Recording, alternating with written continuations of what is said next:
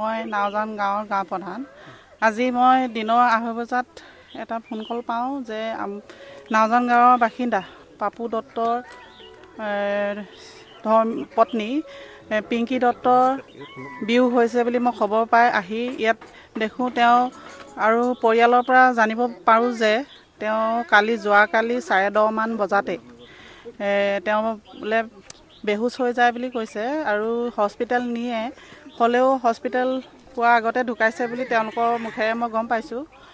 আৰু এতিয়া আমি প্ৰশাসনক খবৰ দিছোঁ, তেওঁলোকে আহি এতিয়া বিষয়টো দৃষ্টিগোচৰ কৰিছে। তেওঁলোকৰ ফালৰ পৰা যিখিনি কৰিব লাগে সেইখিনি কৰিছে।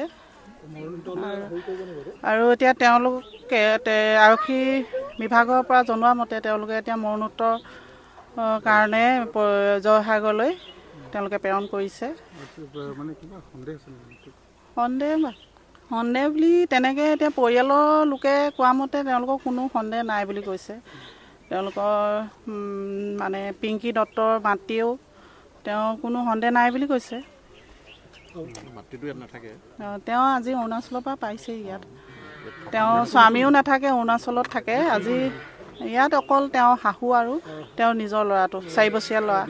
বিয়া হোৱা তেওঁলোকৰ মতে 5 বছৰ হ'ল বুলি কৈছে আৰু ল'ৰাটো 4 বছৰ হৈছে।